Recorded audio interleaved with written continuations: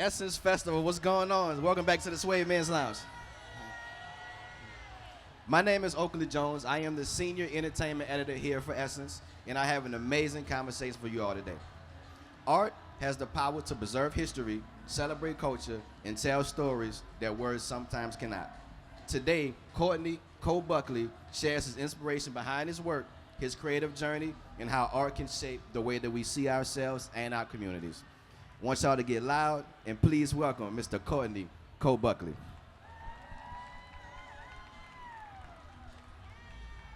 What's up, brother? My man. Right there, man. Y'all give it up for Cole. How you doing today, man? Doing pretty good today. I'm good. So your work is instantly recognizable, man. Tell us about your journey and your introduction to the art world and what inspired you to become an artist. I'm inspired by everyday stuff. Like I always been an artist. It never was a moment where it happened. Like it always was there. Like, Pull the mic up a little. it always was there. You know, like grade school drawing Ninja Turtles, cartoons, like the normal stuff young boys draw. Then, you know, my teachers kind of started making a big deal about what was happening, recognizing what was going on, and put me in talented art programs. And I eventually went to NOCA when I was in high school. So, you know, it always pretty organic to me. It never was like a hard choice of like, this is what I'm going to do. So when did tattooing come into play, man? I graduated high school and I started tattooing the very next year. So that was like the second thing that I did. The first thing was spray painting, airbrushing clothes for dance groups. Because I'm from the East, so it was a lot of dance groups at that time. So I was the one decorating clothes, putting your name on your jackets, uniform shirts, and stuff like that. What you mean clothing? I remember that, you know. So I wanted to talk about in terms of medium. You know, what's the difference between art on skin as opposed to art on canvas? What are some of the challenges that you face regarding both? It all come from the same place. The main difference is tattooing is more collaborative. So I'm taking ideas from the client and working it into a piece that they can really appreciate. When I'm doing paintings, it's really just all my imagination, the stuff I'm representing to the public, different ideas. Like I could take paintings way further than I can, you know. I'm lucky because some people let me do pretty much whatever I want with tattooing. I would say about 6 out of every 10 people I do trust me enough to go with a style that people call it a co-piece. Like, you know, like as long as they got something that kind of represents the broad scape of what I do, they just let me go. So do you do a lot of commissions, you know, in terms of painting? Like, do you? I do a lot of commissions. I try to do the ones that really count, like the large ones. The smaller ones, like I kind of stay away from because it takes me too far away from what I want to be doing. Because commissions, like tattooing, is collaborative too. Like people hiring me to develop and manifest ideas that they have. So it pulls me a little further away than I like to be from the artwork. So I always rather work on my own series and stuff when it comes to paintings. So as far as the collaborative process, man, how do you work through, I guess, the challenges when your vision may differ from the person that's commissioning the piece? Like, how do you work past that? It's pretty easy. Like I'm not an egotistical artist, so I trust the fact that people trust me with their ideas. So I really try my best to make a solid piece, make something that they're gonna fall in love with, especially tattooing because it's forever. You know, you gotta walk around with it for the rest of your life. So I try my best to make sure that we really getting something solid down. Like I move out the way and just allow your vision to come. You trust me to really take it to the next step. So your artwork celebrates everyday Black life, especially in New Orleans too, man. Why is it important for you to tell these stories through your art? Honestly, because it started because I don't have pictures of myself. Like I lost all my pictures, all my school stuff everything in flow waters and stuff. So as I get older, I still remember things almost photographically, but the details start to slip. Like I gotta like really like recollect what's happening. So I try my best, even if it's a personal experience. What I learned is a lot of us share those experiences. So I might be painting something that I think is very specific to me. Then when it comes time to exhibit the work, 9, 10, 11 people come up to me with the same reaction. I'm like, I didn't do it for that, but I'm glad that they receive it the same way. So that kind of pushed me into almost feeling like media, like I'm recording an actual feeling that people could revisit over time. So talk to me about New Orleans and how New Orleans inspires you to stay creative, man. It's easy. It's easy because we are very proud people. Can be very aggressive when it comes to representing what we love. So just seeing the pride that everybody take, it just make me make sure I'm covering what I need to cover. Because I feel like I represent a very specific lane when it comes to culture. Like the last high school generation before Katrina, like I graduated 2002, so it's like I was a child, Katrina happened, then I was an adult. Like I was 21, then I was 22. It's like a very hard line. So it's easy for me to kind of decipher what I want to remember, what feels nostalgic, because the timeline is very specific for me. So, I really, it's funny like thinking about it because it's hard to explain. I remember things as they happen. Some stuff is still kind of hard to do because it can be triggering. Like I don't know how this might feel. Like stuff I ain't talk about yet. Because in the past I kept stuff pretty light, pretty colorful. Just enough for people to receive it. But with these series I'm working on now, like I'm diving a little bit deeper, like addressing some of the traumas in it, like not enough to trigger people, but just to let people know that those things exist also. I understand too, brother, because I graduated 2004. I went up to school my sophomore year, came back and, everything was gone. So I wanted to talk to you about the transition from tattooing to full-time fine artist, man. When did that transition take place, and why did you decide to make that jump? I'm gonna try to stay on track with this one. I've been kind of phasing out of tattooing because it's so time constricted. Like I have to collaborate with client schedules and stuff like that. So it pulls me away from the work that I want to do every day. But the thing that jump started it was COVID. Because once everybody had to sit down, it's just like the painting side of my career, it took off because people sitting in offices, studios, the spaces that they looking around. Like I started doing a lot more murals. People started buying prints, started buying like original artwork. And 2020 was the first time in my career that I made more from paintings and murals than I did from tattooing. So once I saw it was possible, it was easy to start pushing more in that direction, like inviting more work, collaborating with corporate brands, and I started getting, collab deals to design product and stuff like that. So once I saw that it was really sustainable, I felt safe, like really like taking the journey away from tattooing. Even though I never left it, I still tattoo like twice, 2-3 times a week, So yeah, so it's there. Like I got a core clientele that I can never like walk away from, but I just stopped booking new sessions. But I'm always in practice. Like it's always there. Like I really float in between all the mediums. Like I try to stay as fluid as possible. I need one from you, man. I got you. So talk to me about your gallery, and when did your gallery come into play, man? I work at Axiom Gallery. Axiom Gallery officially opened August 2014. You know, it started as a collective space, you know, workshop, studio, gallery.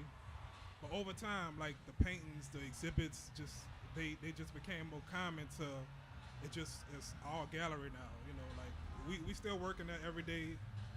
You know, producing the work, and we could just bring the work right to the front. Like literally, like you could walk.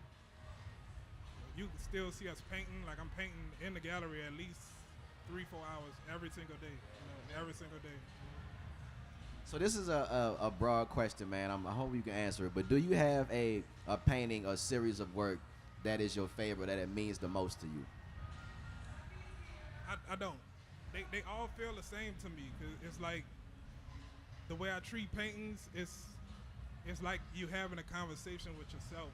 Like all the decisions that I made while I'm working on something, seeing what work, seeing what don't work. I might like this texture and I try it more. It's just like you really like going back and forth with yourself when it comes to the painting. So the moment I'm finished, I'm immediately detached from it. You know, like I don't even hang my own work. And no, like it goes to the exhibit floor. Like at the moment I'm done, the moment I sign it, it's ready for somebody to come take it. You know? I'm never attached to the finished work. I keep my series flowing pretty well, so one good idea might turn into 6 paintings, you know, because they all cohesive.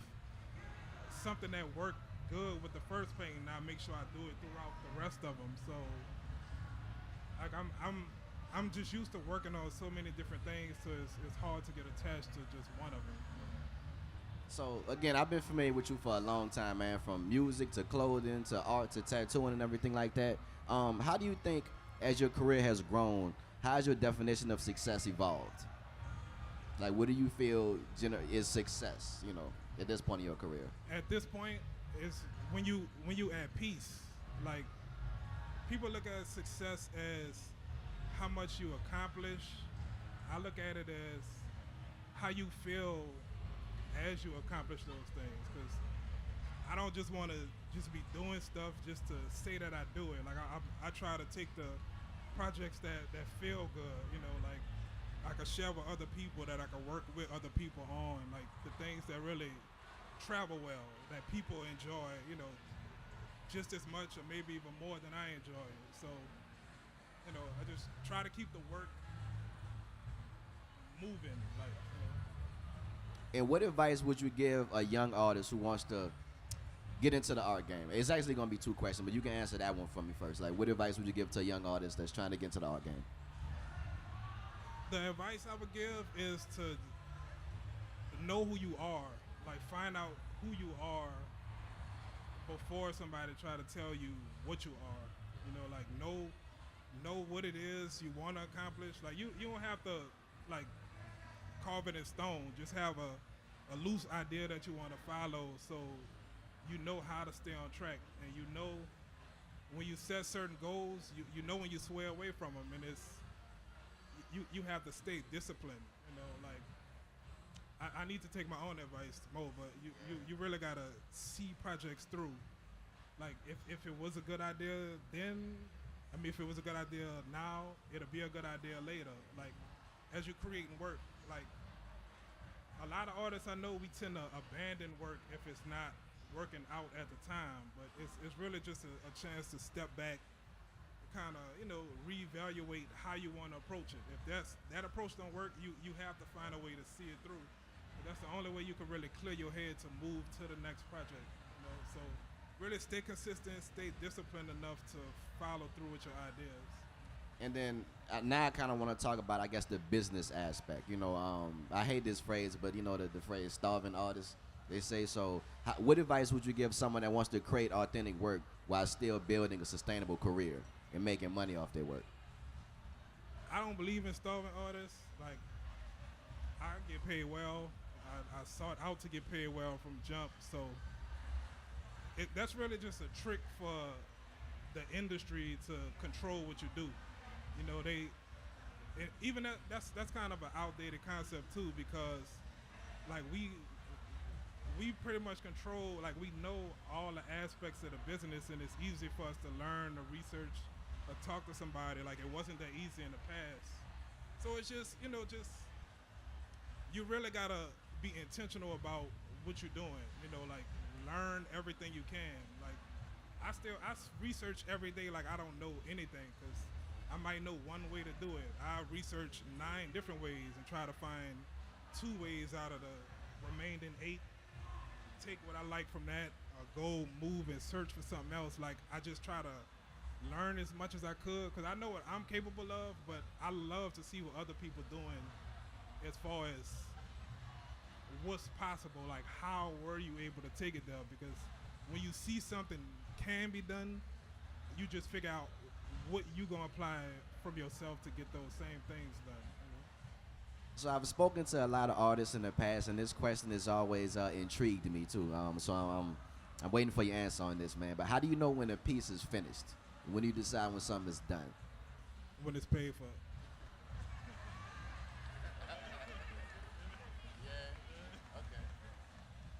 All right. So before the money came into play, when did you know when a piece was done? It depends. When my pieces that's for me, they never done. Like, but when it comes to commission and doing work for other people, just business-wise, you talk about budgets, how much time it's gonna take, what's the turnaround. When I'm doing work for other people, even corporate work, contracts is involved. So it's done on the date. Whatever date I sign that's on the paper, that's when it's done. And how do you decide which artists to highlight in your gallery, man? How does that process work? It's not a real process. It's as natural as it could go. With that, I try to stay I like to stay fluid with that because I meet a lot of artists and artists pitch so much stuff. Like I don't ever want to get trapped in the gallery system like I had to go through. So it's me, it's Compton, it's Jamal, it's Darai, it's Ojo. Like we all treat this like teamwork. So, somebody might come up in a discussion that we both, me and whoever I'm talking to at the moment, if they call both our attention, or if more than one of us pay attention to the same thing, that's usually a good cue to know, okay, this person is, just follow them, see what shows they're working on, and just meet. I see some artists that I get, they'll come across.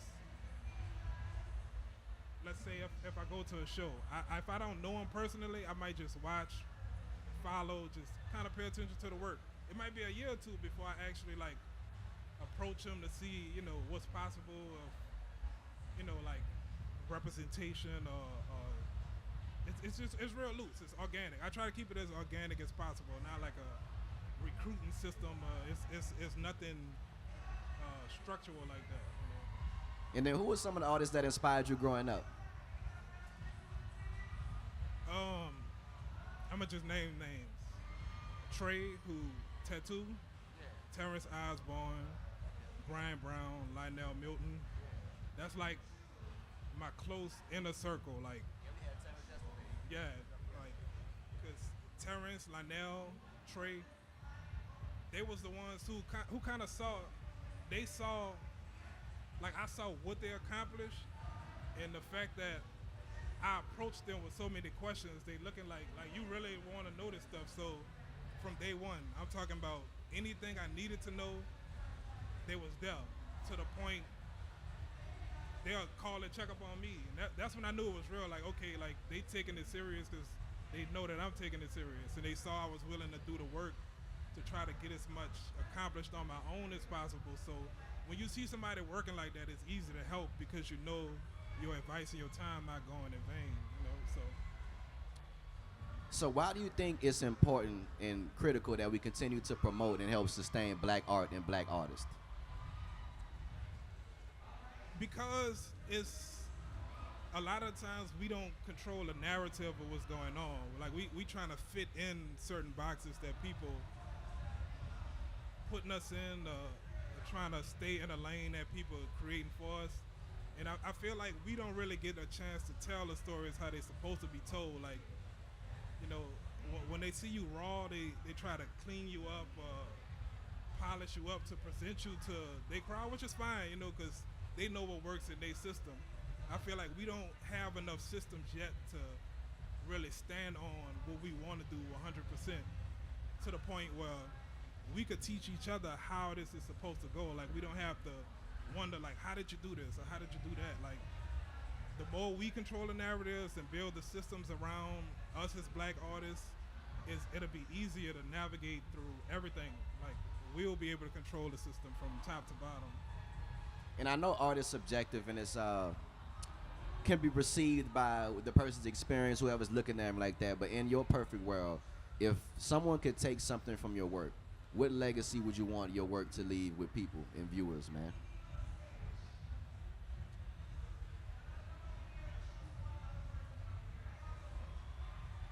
I would want to be looked at as a fearless artist, like somebody who knew what they stood for and who was intentional about representing those ideas to everybody to the point it's digestible enough for you, but it's still true enough to me to you could see what I had to contribute to the bigger picture. Because for the most part, we paint a lot of the same stuff, a lot of figurative stuff, a lot of family, like things that we grew up and are proud of. So I want my own experiences to be represented in that, so you can clearly see my contributions to those same things and like the bigger program that we all are a part of.